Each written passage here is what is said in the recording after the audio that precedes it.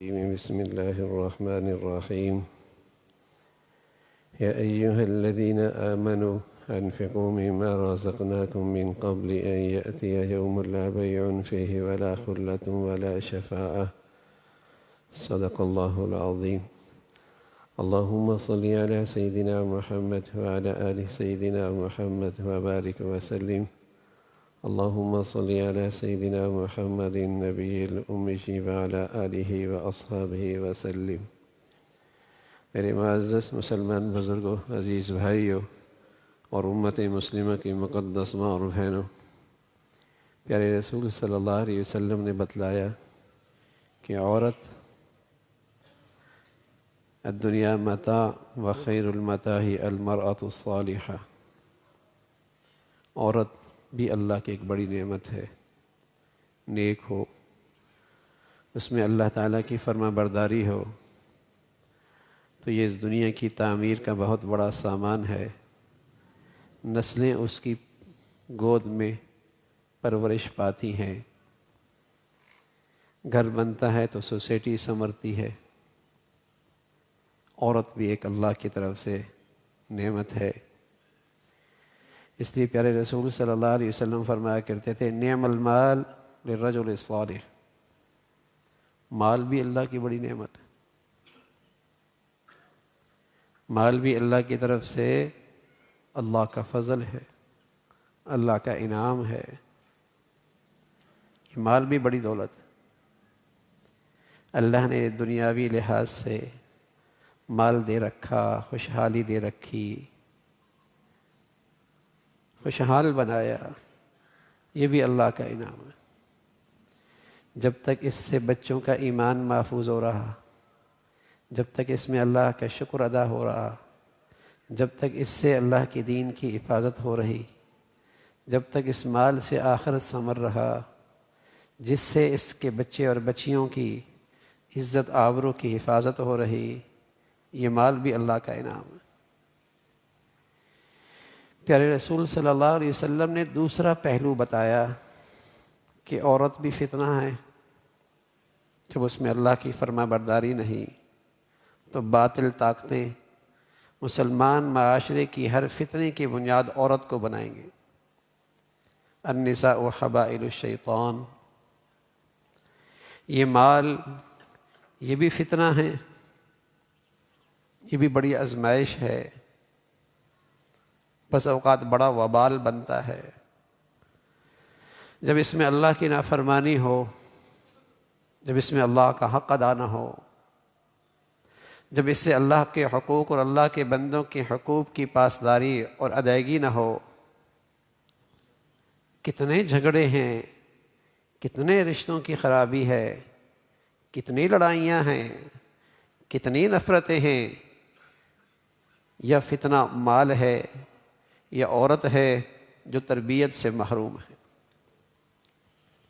جو ایمان اور نیکی سے محروم ہے۔ زر، زمین، زن، پیچھے جائیے اس قتل و غارت کے پیچھے، اس گھر کے ٹوٹ پھوٹ کے پیچھے، اس معاشرے میں نوجوان بچیوں کی بے آبرو اور اس کی عزت اور شرم و حیا کی پامالی کے پیچھے پیسہ ملے گا، عورت کا بگڑنا ملے گا،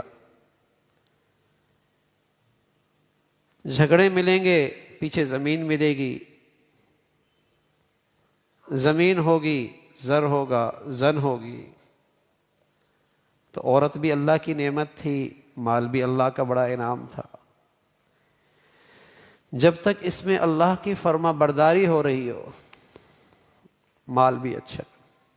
صحابہ رضوان اللہ علیہم اجمعین تشریف فرما تھے، کوئی کہہ رہا تھا مال اچھی چیز نہیں، کوئی کہہ رہا مال بہت اچھی چیز ہے۔ اتنے میں اللہ کے نبی صلی اللہ علیہ وسلم فرمانے لگے، تشریف لائے، چہرے پہ بڑی تازگی تھی، بات سن لی، فرمایا نعم المال، مال تو بڑی اچھی چیز ہے،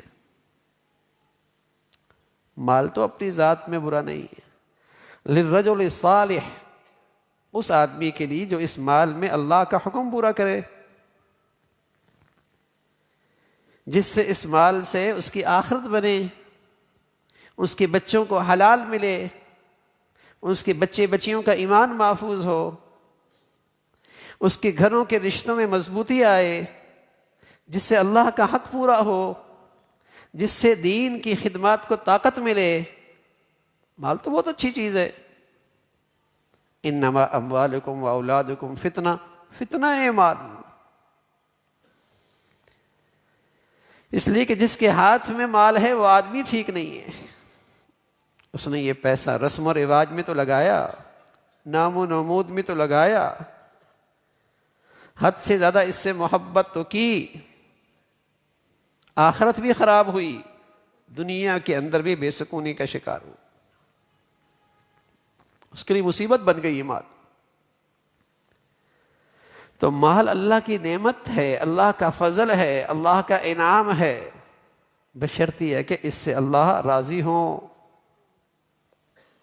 اللہ کے راستے میں خرچ کرنے والا ہو، اس میں اللہ کا حکم پورا کرنے والا ہو۔ اس لیے مسلمان قوم کا قومی مزاج، مسلمان قوم کا قومی مزاج سخاوت ہے۔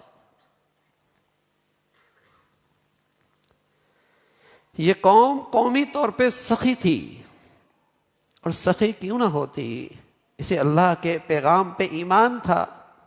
وَأَنفِقُوا فِي سَبِيلِ اللَّهِ مِمَّا رَزَقْنَاكُم مِّن قَبْلِ أَن يَأْتِيَ يَوْمٌ لَّا بَيْعٌ وَلَا خُلَّةٌ وَلَا فِيهِ خُلَّةٌ وَلَا شَفَاعَةٌ۔ اس گھڑی سے پہلے خرچ کر لو کہ جس دن کے آنے کے بعد نہ لین دین ہوگا، نہ دوستی کام آئے گی، نہ کوئی سفارش ہوگی۔ وَأَنفِقُوا مِمَّا رَزَقْنَاكُم مِّن قَبْلِ أَن يَأْتِيَ، اس دن سے پہلے کر لو جس دن موت آ رہی ہے۔ أَن يَأْتِيَكُمُ الْمَوْتُ فَيَقُولَ رَبِّ لَوْلَا أَخَّرْتَنِي إِلَىٰ أَجَلٍ قَرِيبٍ فَأَصَّدَّقْ، اللہ مجھے مہلت دے دے، بڑا صدقہ کروں گا، بڑی خیرات کروں گا، بڑا نیک بن جاؤں گا، لیکن وقت ختم ہو گیا۔ پیارے رسول صلی اللہ علیہ وسلم فرمایا کرتے تھے، آدمی کہتا ہے میرا مال میرا مال میرا مال، پھر آپ علیہ الصلوۃ والسلام نے فرمایا تیرا مال جو پہن لیا اور پرانا کر لیا، کھا لیا اور ختم کر لیا، باقی تو کسی اور کا ہے، تو اس کا چوکیدار ہے، تو اس کی خدمت کر رہا ہے۔ تیرا مال وہ جو تو نے پہن لیا، کھا لیا، اللہ کے خزانے میں جمع کر لیا، باقی تیرا نہیں ہے، بھول ہے تیری نظروں کا دھوکہ ہے، وہ کسی اور کا ہے، اور بس اوقات تیرے جانے کے بعد ان کے ہاتھوں میں لگتا ہے جنہیں زندگی میں تو دیکھنا بھی نہیں چاہتا تھا، ایسا بھی ہوتا ہے، لیکن جاتا ہے، تیرا رہا نہیں، تجھے اس پہ قدرت نہ رہی، جن کا ہے چلا گیا۔ تو مسلمانوں کا اللہ کی پیغام پہ یقین تھا، وہ زندگی میں اس مال سے نفع اٹھاتے تھے، اور نفع بھی ایسا جو دور اندیش، کہ اس زندگی کے سفر میں میری ضروریات بھی تھوڑی، زندگی بھی تھوڑی، کل کی زندگی کی ضروریات بھی زیادہ، زندگی بھی بڑی، تو وہاں اکٹھا کر لو نا میاں۔ امام عاصم رحمۃ اللہ علیہ کی خدمت میں ایک شاگرد جانے لگا، سالہ سال پڑھنے کے بعد استاد نے پوچھا پڑھا کیا ہے، سیکھا کیا ہے؟ فرمایا حضرت یہ سیکھا ہے کہ آدمی جس سے تعلق اور جس ایک چیز کو قیمتی سمجھتا ہے اسے بڑا سنبھال کے رکھتا ہے، جو چیز قیمتی ہوتی ہے اس کی نظر میں اس کی بڑی حفاظت اور سنبھال کے رکھتا ہے۔ میں نے دیکھا دنیا میں آدمی کتنا ہی کیوں نہ سنبھال لے، یا تو زندگی میں چلا جاتا ہے یا موت کے وقت چھوڑنا ہی پڑتا ہے۔ تو میں نے کیا کیا، ما عندکم ینفد وما عند اللہ باق، میں نے آپ کی صحبت میں قرآن کی یہ آیت سیکھی ہے، جو تیرے پاس ہے سب پہ فنا ہے، جو اللہ کے خزانے میں جمع کر لیا وہی تیرا محفوظ ہے۔ میں نے یہ سیکھا ہے کہ جو قیمتی چیز ہے میں نے اللہ کے پاس پیش کر دی۔ صحابہ رضوان اللہ علیہ اجمعین کو ان باتوں پہ یقین تھا۔ ابو طلحہ فرمانے لگے، اللہ کے نبی صلی اللہ علیہ وسلم کی خدمت میں آیا اور کہا یا رسول اللہ، میرا یہ باغ مجھے بہت پسند ہے، میں چاہتا ہوں اسی کو اللہ کے راستے میں خرچ کروں. ابو عمر آئے، حضرت عبداللہ ابن عمر آئے کہ یا رسول اللہ مجھے اپنی یہ باندی بہت پسند ہے، میں چاہتا ہوں اللہ کے راستے میں یہی خرچ ہو. ابو دہدا حضور علیہ الصلوۃ والسلام کی خدمت میں آئے، کہنے لگے یا رسول اللہ، اللہ کی یہ آیت نازل ہوئی ہے من ذا الذی یقرض اللہ قرضا حسنا، اللہ کو قرض دو، اللہ کو قرض دو. ویسے شریف آدمی کو جب قرض دیا جاتا ہے تو واپسی یقینی ہوتی ہے، دوبارہ واپس اس مال کا لوٹنا یقینی ہوتا ہے. فرمایا اللہ کے راستے میں خرچ کرنا، اللہ کو قرض دینا ہے. کہ یا رسول اللہ میرا ایک باغ ہے، میرا ایک فارم ہاؤس ہے، 600 اس میں کھجور کے درخت ہیں، اور میری فیملی اور میرے گھر والے بھی وہیں رہتے ہیں، میں چاہتا ہوں اسے اللہ کے راستے میں دوں. مجھے یہ جنت چاہیے، مجھے اللہ کی خوشی چاہیے. واپس گئے، اندر نہیں داخل ہوئے، باہر سے آواز دی یا ام دہدہ، اے ام دہدہ میں نے تو اللہ کے نبی سے تجارت کر لی ہے، چل باہر نکل، یہ اللہ کو دیا ہے اور اللہ کے نبی کی شہادت میں اللہ سے وہاں کا گھر لیا ہے، چل باہر نکل. بیوی کہنے لگی واہ واہ واہ واہ، ابو دہدہ کیا نفع کی تجارت کی ہے. بیوی بھی ایسی کہنے لگی ابو دہدہ کیسے نفع کی تجارت کی ہے، کمائی کر لی، چند سالوں کی زندگی کا کچھ نقشہ دے دیا، نہ ختم ہونے والی زندگی کے محلات لے لیے. واہ واہ، اب تو یہ سمجھ میں بھی نہیں آتی. لیکن انہیں ایمان کی بدولت عقل کی روشنی ملی تھی، اور آج کفر اور شرک کی ظلمت کی وجہ سے عقل جا چکی ہے. انہیں نیکی اور تقوی کی بدولت عقل کی روشنی ملی تھی، آج گناہوں کی نجاست کی وجہ سے عقلیں جا چکی ہیں. اب برائی اچھائی لگتی ہے، اچھائی برائی لگتی ہے بھائی، اچھے برے لگتے ہیں، اب برے اچھے لگتے ہیں، اب کم عقل مند لگتے ہیں، عقل مند آج کم عقل لگتے ہیں. قصور ان گناہوں کا ہے، اس نفاق کا ہے، ان گناہوں کی نجاست کا ہے جو عقل لے جا چکا، جس سے عقل کی روشنی جا چکی. کہنے لگے ابو دہدہ بڑے نفع کی تجارت کی ہے، گھاٹے کا سودا تو نہیں ہوا. تو مسلمان مرد، مسلمان عورت، مسلمان بچے بچیاں سخی ہوا کرتے تھے. پیارے نبی صلی اللہ علیہ وسلم فرمایا کرتے تھے خصلتان لا تجتمعان فی مومن، دو چیزیں ایمان والے میں جمع ہو ہی نہیں سکتی، البخل وسوء الخلق. یہ نہیں ہو سکتا کہ ایمان بھی ہو اور آدمی بخیل بھی ہو، یہ نہیں ہو سکتا کہ ایمان بھی ہو اور آدمی کے اخلاق برے بھی ہو. کوئی جوڑی نہیں ہے ایمان کے ساتھ کہ ایمان بھی ہو اور بخیل بھی ہو، اور ایمان بھی ہو اور اخلاق بھی برے ہو، کوئی جوڑ نہیں ہے. پیارے رسول صلی اللہ علیہ وسلم فرمانے لگے اللہ کا ہر پیارا، ہر صحت مند دیندار، ہر اللہ کے ولی، اس میں یہ دو خوبیاں ضرور ہوتی ہیں، سخاوت اور اچھے اخلاق. ہر اچھے دیندار میں، ہر اللہ کے ولی میں، ہر اللہ کے پیارے میں یہ دو خوبیاں ضرور ہوتی ہیں، سخاوت اور اچھے اخلاق. ایسا نہیں ہو سکتا کہ ایمان ہو اور سخی نہ ہو، اسے اپنی ایمان کی فکر کرنی چاہیے. ایسا بھی نہیں ہو سکتا کہ ایمان ہو اور اخلاق اچھے نہ ہو، اسے اپنی ایمان کی فکر کرنی چاہیے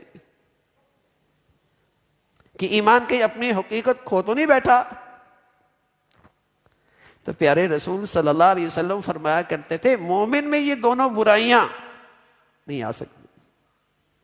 اس لیے مسلمان بحیثیت اس امت کے، اس قوم کے سخی ہوا کرتے تھے، سخاوت. اور کیوں سخی نہ ہو جب اللہ کا پیغام ہے وَيُرْبِ الصَّدَقَاتِ، تیرا مال بڑھے گا. اور رسول اللہ صلی اللہ علیہ وسلم فرمایا میں قسم کھا کے کہتا ہوں اللہ کے نبی کو قسم کھانے کی ضرورت بھی کیا ہے، لیکن اس امت پہ شفقت، اس امت پہ رحمت، اس امت سے پیرار کے بعد دل میں اتر جائے، بات دل میں اتر جائے، اس لیے قسم کھا رہے. فرمایا ما نقصت صدقۃ بمال، میں قسم کھاتا ہوں صدقے سے مال کم نہیں ہوتا. اب کسی مسلمان کو اپنی نبی پر ایمان ہو، آپ کی سچائی پر ایمان ہو، اللہ کے قرآن پہ ایمان ہو، وہ کیسے بخیل ہو سکتا ہے؟ اس میں کیسے بخل آ سکتا ہے؟ تو مسلمان قوم تو سخی ہوا کرتی تھی، اور اس سخاوت کی برکت سے، اس خرچ کرنے کی برکت سے مال کی برکتیں، اس کی خیریں، اس کا نفع، اس سے لطف اندوز ہوا کرتے تھے. پیارے رسول صلی اللہ علیہ وسلم فرمایا کرتے تھے جب سورج نکلتا ہے اس کے دائیں اور بائیں دو فرشتے بھی ساتھ اترتے ہیں. ایک کہتا ہے اللہم آتی منفقا خلفا، اللہ جو تیرے راستے میں خرچ کر رہا اسے اور دے. دوسرا کہتا ہے اللہم آتی ممسکا تلفا، اللہ جو تیرا مال روک روک کے رکھتا ہے، جو مال کو روک روک کے رکھتا ہے اس کا مال برباد کر دے. اتنے فضائل ہیں قرآن حدیث میں، اللہ کے راستے میں خرچ کرنے کے اتنے انعامات ہیں. ایسا لگتا ہے اسلام کا مزاج ہے یہی، میاں اللہ کا دیا ہوا اللہ کے لیے خرچ کرو.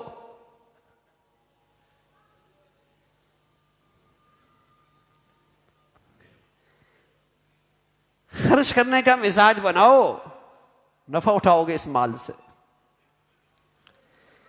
اس مال سے حقیقت میں نفع اٹھاؤ گے. کبھی نہیں سنا ہوگا بہت خرچ کرتا ہے اللہ کے راستے میں اور فقیر ہو گیا. سنا ہوگا سود خور تھا، کاروبار ختم ہو گیا. جوا کھیلتا تھا، کاروبار بیٹھ گیا. شراب پیا کرتا تھا، مال ختم ہو گیا. کبھی نہیں سنا ہوگا اللہ کے راستے میں بہت خرچ کرتا تھا اس لیے فقیر ہو گئے. نہیں سنیں گے.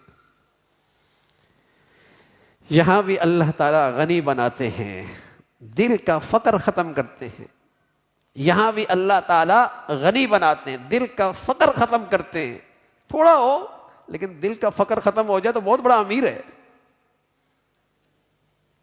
بہت ہو اور دل کا فقیر بن جائے بڑا فقیر ہے. یہ مالدار وہ نہیں ہوتا جس کے ہاتھ میں بہت مال ہو، مالدار وہ ہوتا ہے جس کا دل غنی ہو جائے.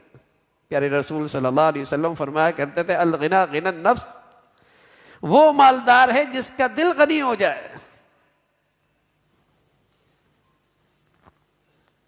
وہ مالدار. تو اس مال کو اللہ کے لیے دینے میں فائدہ اٹھاتا ہے، اس کی برکتیں لیتا ہے.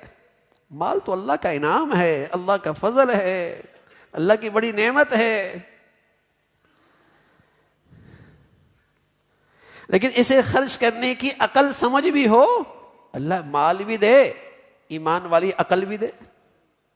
اللہ تعالیٰ مال بھی دے، ایمان والی سمجھ بھی دے.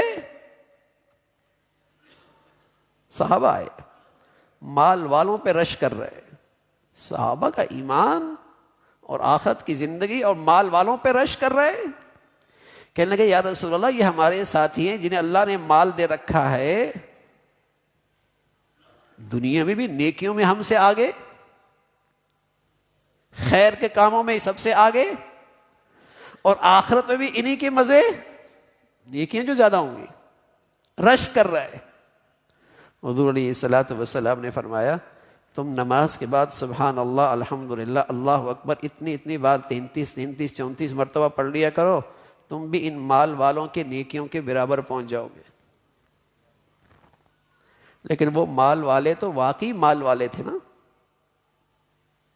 جب انہیں پتہ لگا کہ اللہ کے قرب کا ایک عمل اور مل گیا تو غریبوں کی وہ نیکی انہوں نے بھی شروع کر دی. اب وہ حضور علیہ الصلوۃ والسلام کی خدمت میں کہا یا رسول اللہ نیکی آپ نے ہمیں بتائی ہے، یہ انہوں نے بھی شروع کر دی، وہ پھر ہم سے آگے ہو گئے۔ پیارے رسول صلی اللہ علیہ وسلم فرمانے لگے ذالک فضل اللہ یؤتیہ من یشاء، یہ مال بھی اللہ کا فضل ہے، جسے چاہے اللہ عطا فرما۔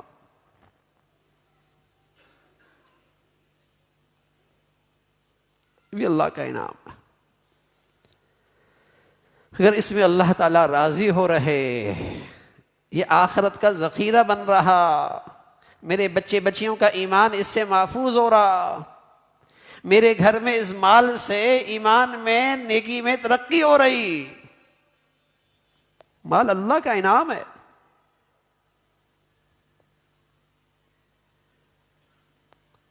تو مسلمان خرچ کیا کرتے تھے، انہیں مسلمانوں کو اللہ اور اللہ کے رسول کی بات پہ اعتماد ہوا کرتا تھا،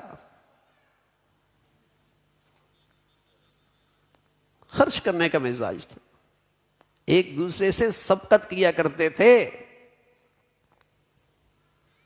خندق کے موقع پہ حضرت صدیق اکبر رضی اللہ تعالیٰ عنہ کے یہاں اتنا مال نہیں تھا جتنا مال حضرت عمر کے پاس تھا رضی اللہ تعالیٰ عنہ۔ حضرت عمر فرمانے لگے آج اچھا دن ہے، کبھی تو نیکیوں میں ان سے آگے نکلوں۔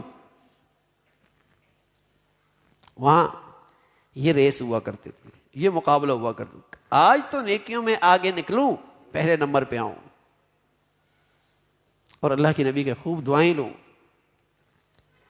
آدھا سامان، ساری مالیت کا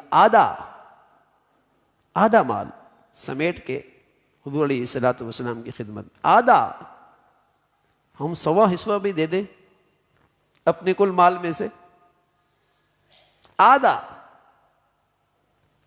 کل مال میں سے حضور علیہ الصلوۃ والسلام کی خدمت میں آئے کہ یا رسول اللہ یہ آدھا ہے۔ حضرت صدیق اکبر آئے تو مسلمانوں کا غریب، مسلمانوں کا امیر، مسلمانوں کا مرد، مسلمانوں کی عورتیں سخی ہوا کرتے۔ حضرت عائشہ رضی اللہ تعالیٰ عنہا کے ہاں ان کی بھانجے نے تھیلے میں اشرفیاں بھیجی، روزے سے تھی۔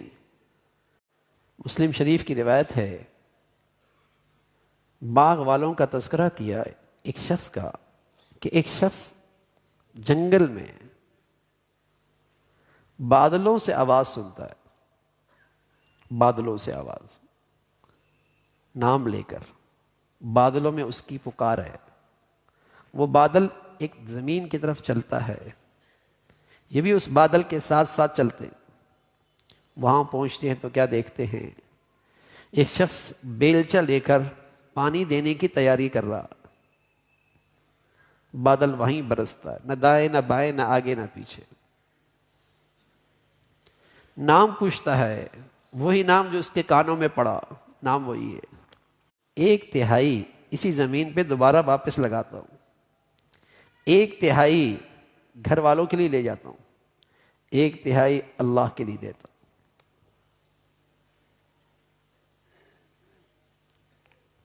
اب تو مسلمانوں کی بخل کی انتہا ہے، فریضہ زکوٰۃ بھی ادا نہیں کرتا، عشر بھی نہیں نکالتا، تو پھر جب بارشوں کی موسم ہے کوئی نہیں بارش ہونی، اور جب فصلیں تیار ہیں سونے کی بوند بھی اچھی نہیں لگتی، بارش برستی ہے عذاب بن کر، سیلاب بن کر، مصیبت بن کے۔ انا بلوناہم کما بلونا اصحاب الجنہ، ہم مال دیتے ہیں لیکن آزماتے بھی ہیں کہ اس مال میں اللہ کو راضی کرتے ہو، جیسے باغ والوں کو آزمایا۔ باپ تھا، جب تک والد تھے ان بچوں کے خوب اللہ کے راستے میں خرچ کرتے تھے، اس کی جتنی آمدنی ہوتی تھی 1 سال کی رکھ لیا کرتے تھے، باقی ساری اللہ کے راستے میں خرچ کر دیا کرتے تھے۔ اولاد کو یہ بات اچھی نہیں لگتی کہ ہمارا ابا یہ کیا کرتا ہے۔ نئی روشنی کی، تیز روشنی تھی نا عقل کی، نئی روشنی تھی، نئی روشنی سے پڑے ہوئے بچے تھے کہ ابا یہ کیا کرتے۔ والد کا انتقال ہو گیا. سورہ نون ہے، ان باغ والوں کا تذکرہ ہے، اس اولاد کا بھی تذکرہ ہے. اذ اقسموا لیصرمنھا مصبحین، قسم کھا کے کہنے لگے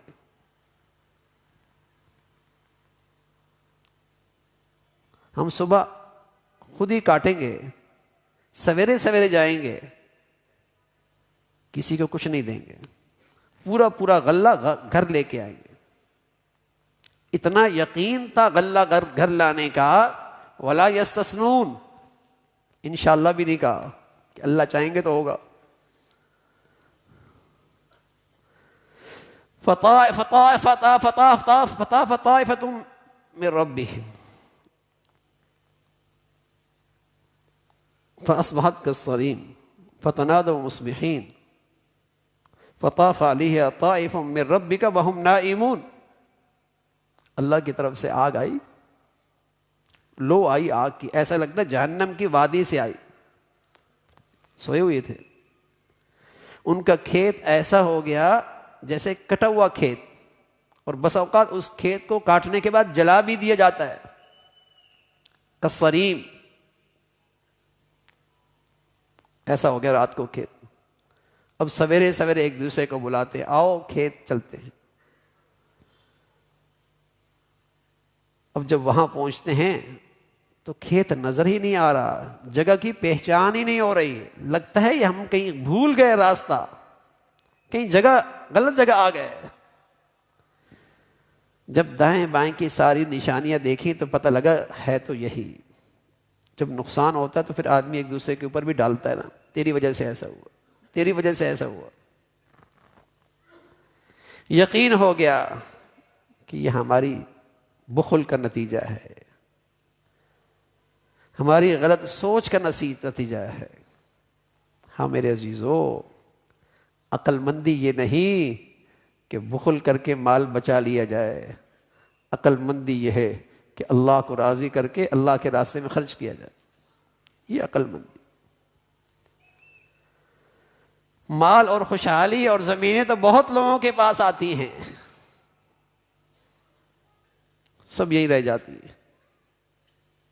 اور کچھ لوگ ایسے ہوتے ہیں کہ ان کی وہ دولت اور ان کا پیسہ، ان کی خوشحالی قابل رشک ہو جاتی ہے. کاش کہ ہم بھی ایسے ہوتے، جیسے یہ نیکیوں میں آگے بڑھ رہا، یہ نیکیاں ہم بھی کرنے والے ہوتے.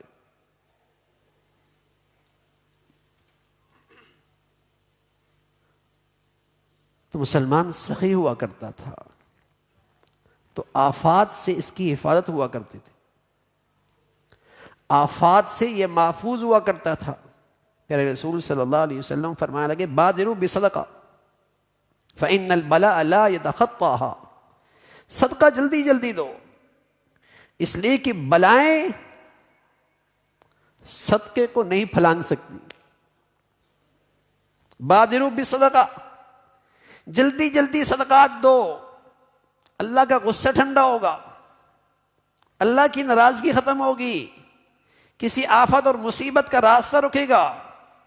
بادروا بصدقہ فإن البلاء لا يتخطاها، اس لیے کہ بلائیں صدقے کو نہیں پھلانگ سکتی. وداووا مرضاکم بصدقہ، اپنے مریضوں کا علاج صدقے سے کرو.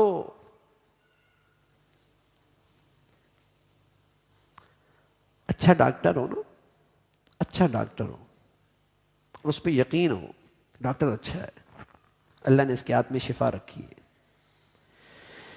تو کتنی بڑی فیس دینے کے لیے تیار ہو جاتے ہیں. ایک ہی مرتبہ دکھانے میں لاکھوں روپے بھی دے دیتے ہیں. یقین ہوتا ہے نا کہ ڈاکٹر سے فائدہ ہوگا. چونکہ آج مسلمان کو صدقے سے صحت ملنے کا یقین نہیں، وہاں لاکھ روپے دے گا اور یہاں 3000 روپے کا مریل بکرا دے گا.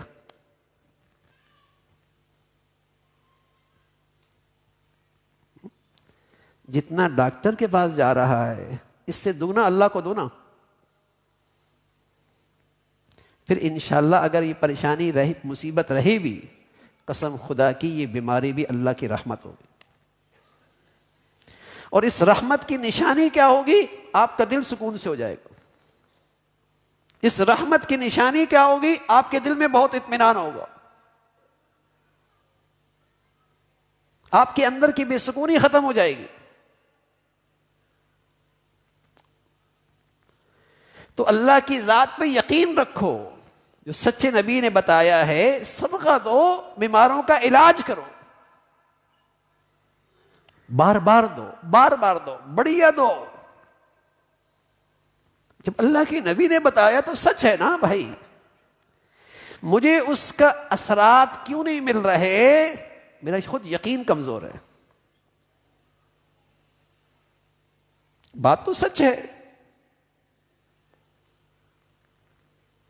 تو مسلمان سخی ہوا کرتے تھے، بچے، عورتیں، غریب، اللہ کے راستے میں خرچ کرنے والے اپنی معاش کی تنگی کو صدقے کے ذریعے دور کیا کرتے تھے.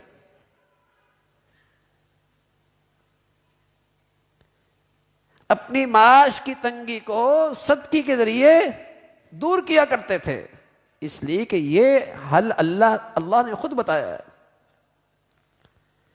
یہ رزق کی کشادگی کا اور رزق کی وسعت کا اور رزق کے اضافے کا نسخہ اللہ تعالیٰ نے خود دیا ہے.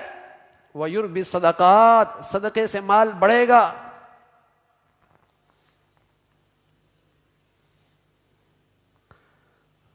اب معاش کی تنگی ہے، عاملوں کو تو دے دے گا، ہیں؟ اللہ کے راستے میں خرچ نہیں کرے گا. اللہ کے راستے میں دو، اور جتنا اخلاص سے دو گے، جتنا بڑھیا مصرف میں دو گے، اور جتنا پاکیزہ مال خرچ کرو گے، اللہ تعالیٰ اس کو اتنا ہی بڑھا کے واپس عطا فرمائیں گے. زمین بنجر ہو، بیج اچھا ہو، پیداوار ہوگی؟ پیداوار نہیں ہوگی. زمین بڑی زرخیز ہے، بیج خراب ہے، تب بھی زرخیز نہیں ہوگی، تب بھی پیداوار نہیں ہوگی. بیج بھی اچھا ہو، آپ کی آمدنی حلال ہو، آپ کی آمدنی پاکیزہ ہو، آپ کی آمدنی طیب ہو، بیج بھی ٹھیک ہو، اور پھر اس بیج کو زرخیز زمین میں ڈالیں، بنجر میں نہ ڈالیں. ویسے تو صدقہ ہندو کو بھی دیا ثواب ملے گا آپ کی نیت کی وجہ سے، لیکن بنجر زمین ہے. اور اگر وہی صدقہ تہجد گزار کو دو گے، کسی نیک آدمی کو دو گے، کسی نمازی کو دو گے، کسی دین کے محافظ کو دو گے، بہت فرق ہے نا. ایسے شخص کا علاج کیا جو پتہ نہیں مسلمان ہے بھی یا نہیں، کبھی زندگی میں نماز پڑھی یا نہیں پڑھی، ثواب تو مل جائے گا. لیکن جس آدمی کی ٹانگ صحت مند ہوئی اور ساری زندگی اس پر کھڑے ہو کے اللہ کے لیے اللہ کی فرما برداری کی، تو دونوں زمینوں میں فرق ہے نا. ایک بنجر تھی، ایک زرخیز تھی. جتنی زرخیز زمین ہوگی اتنا اس کا اجر بھی زیادہ ہوگا.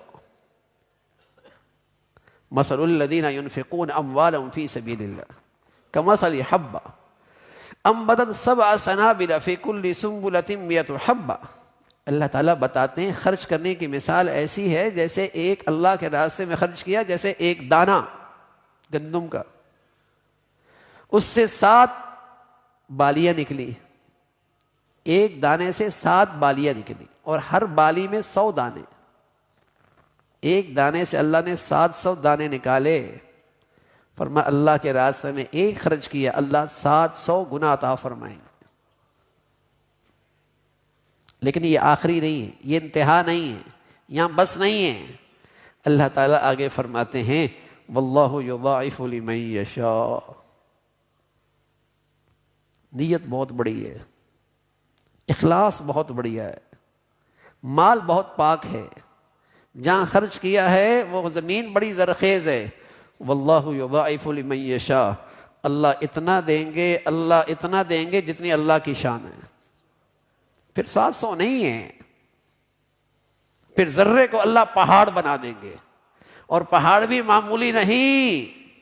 رسول اللہ صلی اللہ علیہ وسلم فرمایا کرتے تھے صحابہ کا تھوڑا خرچ بھی ایسا اللہ پہاڑ بناتا ہے جیسے احد کا پہاڑ جو 7 میل تک ہے، اتنی بڑی چٹان، اخلاص، پاک مال، زمین زرخیز، کہاں خرچ کر رہا؟ تو مسلمان سخی ہوا کرتے تھے۔ بہترین خرچ ہے، بہترین خرچ ہے۔ رشتہ داروں کو ڈھونڈو، تلاش کرو، ثواب ملے گا، خرچ کرنے کا بھی ثواب، صدقہ خیرات کا بھی ثواب، اور صلہ رحمی کا بھی ثواب ملے گا، دگنا ثواب ملے گا، دگنا ثواب ملے گا، صلہ رحمی کا بھی ثواب ملے گا، خرچ کرنے کا بھی ثواب ملے گا۔ تلاش کرو۔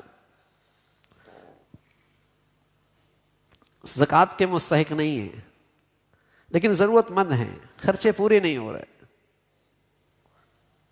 صلہ رحمی کرو، دیتے رہا کرو۔ اللہ کا دیا ہوا ہے آپ کو بھی، اپنی آخرت بنائیں گے ہم۔ اور دوسرے نمبر پہ خرچ کرو جہاں اللہ کے دین کی سربلندی ہو، جہاں اللہ کے دین کی حفاظت ہو، جہاں اللہ کے دین کی اشاعت ہو، جہاں اللہ کا دین پھیل رہا ہو۔ اس لیے کہ اس دنیا میں اللہ کی سب سے بڑی رحمت اللہ کا دین ہے۔ اگر یہ مٹ گیا انسانیت مٹ جائے گی، یہ مٹ گیا تو شرافت مٹ جائے گی، یہ مٹ گیا تو دنیا میں درندگی ہوگی۔ اس کی حفاظت ہمیشہ مسلمانوں نے کی ہے۔ کسی نے اپنی جان لگائی، کسی نے اپنا مال لگایا، کسی نے اپنا مال لگایا۔ جان لگانے والا بھی اخلاص سے لگا رہا ہے، وہ بھی بہت قیمتی ہے۔ مال لگانے والا لگا رہا ہے، وہ بھی غیر معمولی ہے۔ کل ہم قطر میں تھے، غزہ کے ذمہ دار، غزہ کے مسلمان جو وہاں کے بزرگ ہیں غزہ کے، ان سے ملاقات تھی۔ تو وہ کہنے لگے وہاں کچھ نیکیاں ایسی ہوتی جو صرف جوان کر سکتے ہیں، طاقتور کر سکتا ہے، لیکن اللہ کی خاطر یہ مال تو کمزور بھی کر سکتا ہے، عورت بھی کر سکتی ہے، ہر قسم کا مسلمان کر سکتا ہے، جو کھڑا نہیں ہو سکتا وہ بھی کر سکتا ہے۔ تو وہ بھی اس عظیم عمل میں شریک ہوتا ہے اپنے مال کے ذریعے، عظیم عمل میں۔ غزہ میں الحمدللہ کام تو چل رہا تھا، لیکن اب بڑے کام کی شکل سامنے آئی، تو ہم نے کہا ان بزرگوں سے مشورہ کریں کہ کس طریقے سے بہتر انداز سے کام کیا جا سکے۔ اس ٹائم ہم الحمدللہ وہیں تھے، ان کے پاس ہی تھے، مغرب کی نماز بھی اکٹھی پڑھی۔ ہم نے انہیں شام کا کام دکھایا جو الحمدللہ 17 سے لے کر مسلسل جاری ہے۔ یتیم بچوں کی کفالت، ان کی تعلیم، ان کی رہائش، ان کے لیے تعلیمی ادارے۔ تو ان کے بڑے آدمی بیٹھے تھے، وہ فرمانے لگے یہ کسی ادارے کا کام نہیں لگتا، یہ تو ایک مملکت کا کام لگتا ہے۔ الحمدللہ کہنے لگے یہ کسی ادارے کا کام نہیں لگتا، یہ تو ایک ملک کا کام لگتا ہے۔ تو یہ صرف اللہ کا احسان ہے۔ میں نے ان سے کہا یہ اس ادارے پر پاکستانی مسلمانوں کا اعتماد کا نتیجہ ہے، یہ اس ادارے پر پاکستان کے مسلمانوں کا اعتماد کا نتیجہ ہے کہ اللہ تعالیٰ نے اتنی بڑی کام کی شکلیں بنا دی ہیں۔ ویسے تو میں نے عرض کیا دنیا میں مسلمان سخی ہوا کرتا ہے، لیکن اس سخاوت اللہ نے وطن عزیز کو بھی بہت دی ہے، اور پھر اہل کراچی پر تو اللہ بہت ہی راضی ہے، قسم خدا کی، اہل کراچی پر تو اللہ تعالیٰ بہت ہی راضی ہے۔ جو اللہ رب العزت نے انہیں دین کی حفاظت اور اشاعت کے لیے اور دین کے کاموں کے لیے جو خرچ کرنے کا مزاج دیا ہے، دنیا میں اس کی مثالیں خال خال ملتی، خال خال ملتی۔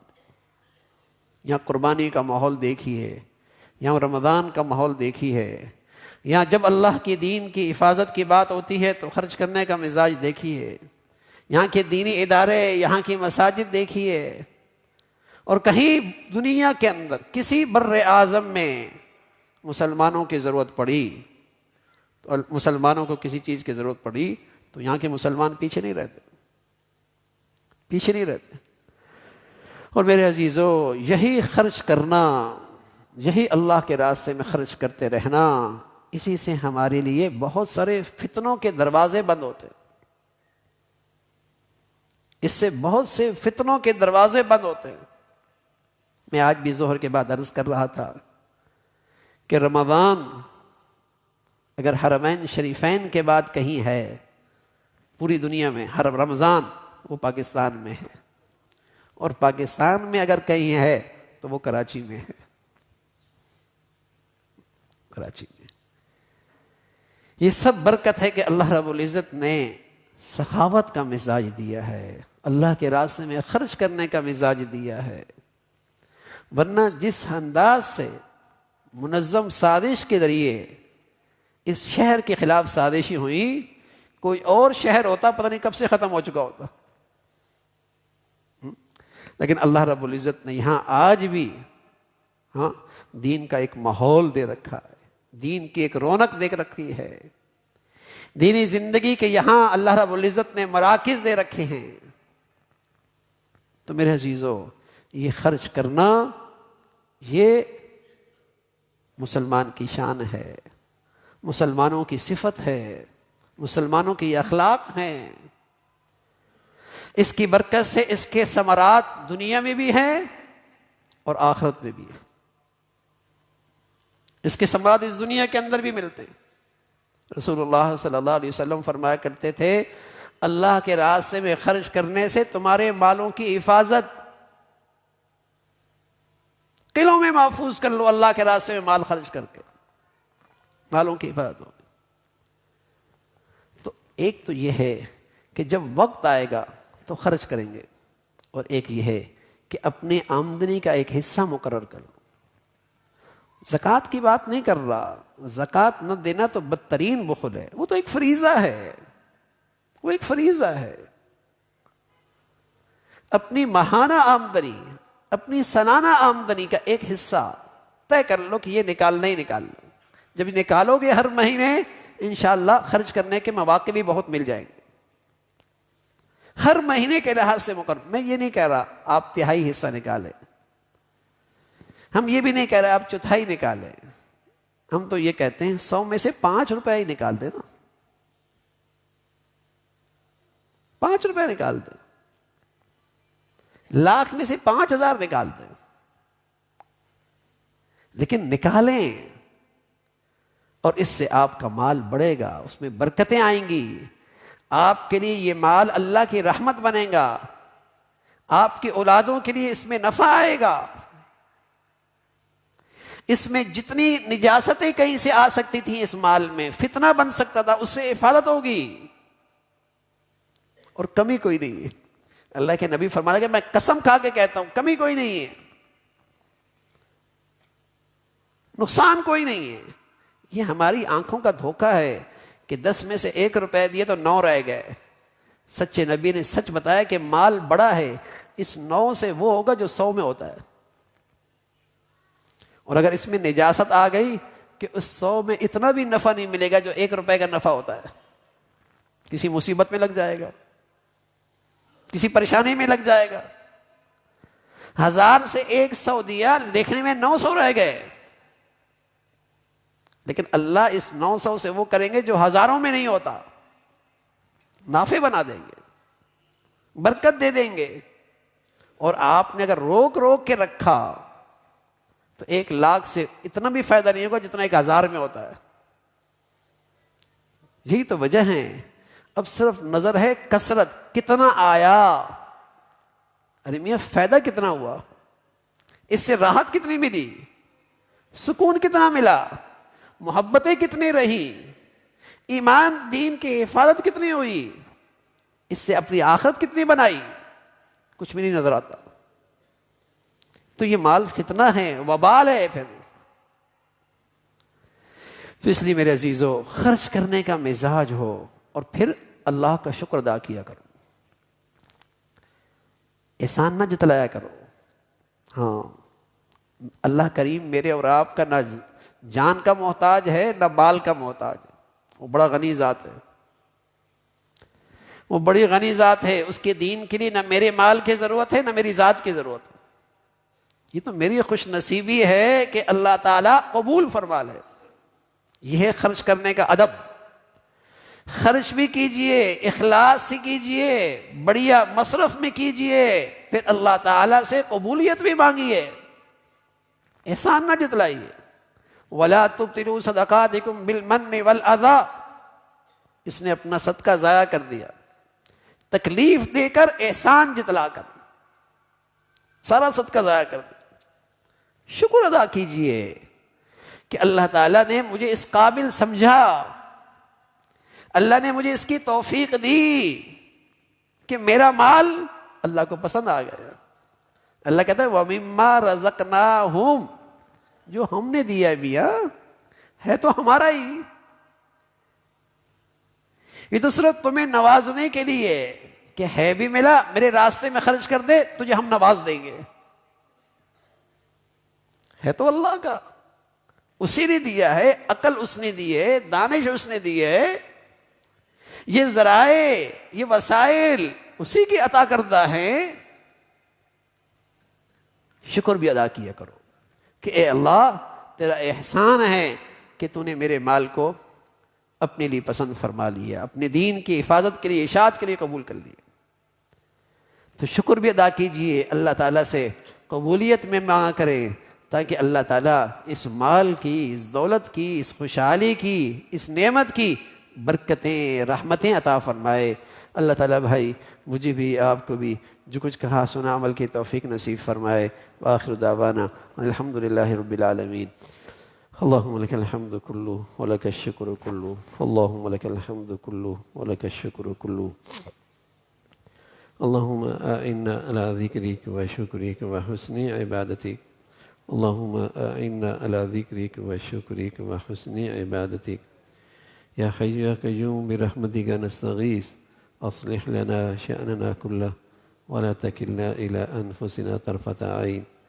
یا حی یا قیوم برحمتک نستغیث اصلح لنا شأننا کلہ ولا تکلنا الی انفسنا طرفۃ عین.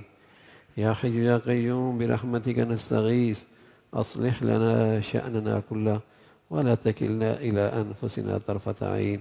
یا ارحم الراحمین، جو کچھ کہا سنا عمل کی توفیق نصیب فرما، ایمان والی، عافیت والی، اپنی رضا والی زندگی نصیب فرما. اے مولا کریم جینا بھی اپنے پسند کا عطا فرما، دنیا سے جانا بھی کلمے والا عطا فرما.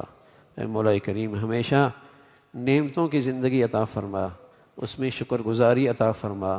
اے مولا ہمارا مال ہمارے حق میں رحمت بنا، اپنا فضل بنا، اپنی نعمت بنا. ان مال میں اپنی فرما برداری عطا فرما، اس خوشحالی میں اپنی فرما برداری کی ترقی عطا فرما.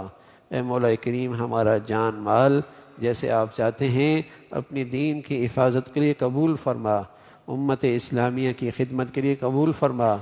شریروں سے محفوظ فرما، حاسدوں سے محفوظ فرما. یا ارحم الراحمین تمام حاضرین حاضرات کی تمام جائز حاجات کو پورا فرما، مشکلات کو آسان فرما، پریشانیوں کو ختم فرما، بری زندگی سے، بری موت سے، برے حالات سے محفوظ فرما. یا ارحم الراحمین ہر آنے والا دن ایمان عافیت کے لحاظ سے بڑھیا نصیب فرما. اے مولا کریم اپنے فضل سے ہمیشہ حلال عطا فرما، برکت والا عطا فرما. اے مولا کریم اپنے فضل والا عطا فرما، اپنی رحمت والا عطا فرما. حرام سے محفوظ فرما، مال کے وبال سے محفوظ فرما، مال کے فتنے سے محفوظ فرما، مال کے عذاب سے محفوظ فرما. اے مولا کریم بری زندگی سے، بری موت سے، برے لوگوں سے اپنے فضل سے محفوظ فرما. مولا کریم ہمارے بچے بچیوں کو بھی نیکی کا شوق نصیب فرما، نیکوں سے تعلق نصیب فرما، نیکوں کی محبت عطا فرما. اے مولا اپنے فضل سے اپنے کرم سے ہمیں اپنے بڑوں کے لیے صدقہ جاریہ بنا، ہماری اولادوں کو ہمارے لیے صدقہ جاریہ بنا، اپنے فضل سے اپنے بچے بچیوں کی تعلیم تربیت زندگی کے صحیح فیصلے کرنے کی توفیق عطا فرما۔ اے مولا کریم جو بچیاں گھروں میں ہیں ان کے لیے نیک صالح رشتوں کا انتظام فرما، جو بچیاں گھروں میں جا چکی ان کے گھروں کو محبت اور تقوی سے آباد فرما۔ یا ارحم الراحمین اپنے فضل سے پوری امت اسلامیہ پہ رحم فرما، اہل اسلام کو نیک صالح قیادت نصیب فرما، اپنے فضل سے مولا کریم غزہ اور فلسطین کے مسلمانوں کے لیے آسانیاں پیدا فرما، ان کے دلوں میں سکینہ نازل فرما، اپنے دین کی خاطر ان کی جو قربانیاں اے اللہ اس پہ انہیں استقامت عطا فرما۔ اے مولا کریم اس قربانی اور شہادتوں کی برکتیں انہیں نصیب فرما، اس کی عزتیں انہیں نصیب فرما، اس کی فتوحات نصیب فرما۔ اے مولا کریم اپنے فضل سے شام کی قربانیاں اور فتوحات یہ امت میں دین کی سربلندی کا ذریعہ بنا، مسجد اقصیٰ کی آزادی کا اسے ذریعہ بنا۔ اے مولا کریم مسلمانوں میں ایمانی اسلامی وحدت پیدا فرما، مسلمانوں میں ایمانی اسلامی وحدت پیدا فرما، جو مسلمانوں میں رنگ نسل وطن علاقے کی بنیاد پر نفرتوں کا بیج بو رہے، بے دینی کو فروغ دے رہے، اہل اسلام کو ان کے شر سے محفوظ فرما۔ اے مولا کریم ہمارے ملک کو سلامتی عطا فرما، یا نیکی کی اور خیر کی اور تعمیر کی قوتوں کو غلبہ نصیب فرما، تخریب کی اور بے دینی اور بے حیائی کی طاقتوں کو نیست و نابود فرما۔ اے مولا کریم اپنے فضل سے اس ملک کو اندرونی بیرونی خطرات سے اور اندرونی بیرونی دین دشمنوں سے ملک دشمنوں سے محفوظ فرما۔ یا ارحم الراحمین یہاں ایمان ہدایت کی فضاؤں کو عام فرما، ہماری زندگیاں اس کے لیے قبول فرما۔ ربنا تقبل منا انک انت السمیع العلیم، ربنا تقبل منا انک انت السمیع العلیم وتب علینا انک انت التواب الرحیم، وصلی اللہ علی سیدنا محمد وعلی آلہ واصحابہ اجمعین برحمتک۔